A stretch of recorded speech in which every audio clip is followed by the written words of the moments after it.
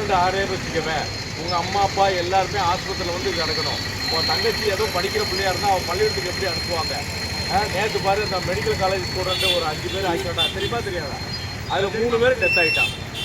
எவ்வளோ நீட் அது நீட் எக்ஸாமில் பாஸ் பண்ணி வந்த பசங்க, கஷ்டப்பட்ட பையங்க 3 பேர் இறந்துருக்கான். 2 பேர் கண்டிஷன் ரொம்ப மோசமாக இருக்குது. அப்போ நீ என்ன செய்ய ரேஸ் ட்ரைனிங்கில் போனால் அப்படி தான் இருக்கும். வீட்டில் எவ்வளோ கஷ்டப்பட்டு படிக்க வைக்கிறாங்க. உங்கள் அப்பாலாம் என்ன வேலை பார்க்காங்க தம்பி?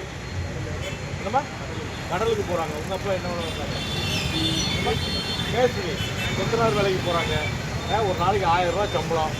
உன்னை கஷ்டப்பட்டு படிக்க வைக்கிறாங்க. குடும்பத்தில் அனுசரித்து நடக்க படிக்கிறேன். நான்லாம் கரெக்டாக பயமே இல்லைண்ணா, பயமே கிடையாது. ட்ரிபிள்ஸ் வரீங்க, ஒரு பயமே இல்லாமல். நான்லாம் 19 வயசில் வேலைக்கு வந்துட்டேன் கான்ஸ்டபிளாக. எனக்கு சர்வீஸ் 40 வருஷம் சர்வீஸ், 40 வருஷம். இன்னும் 2 வருஷம் சர்வீஸ் இருக்குது. குடும்ப சூழ்நிலையில் 19 வயசில் வேலைக்கு வந்துட்டேன். இவனில் எடுக்கணும் ஃபஸ்ட்டு.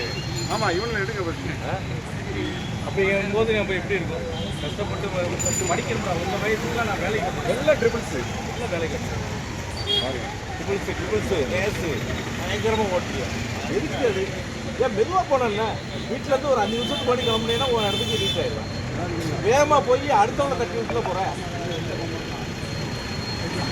எல்லாம் ஃபைனை கட்டினா தான் வண்டி தருவேன், சரியா? ஃபைனை கட்டினா தான் வண்டி தருவேன். நாளைக்கு ஆன்லைனில் கட்டிட்டு ரசீதை கொண்டு தான் வண்டியை தர்றேன்.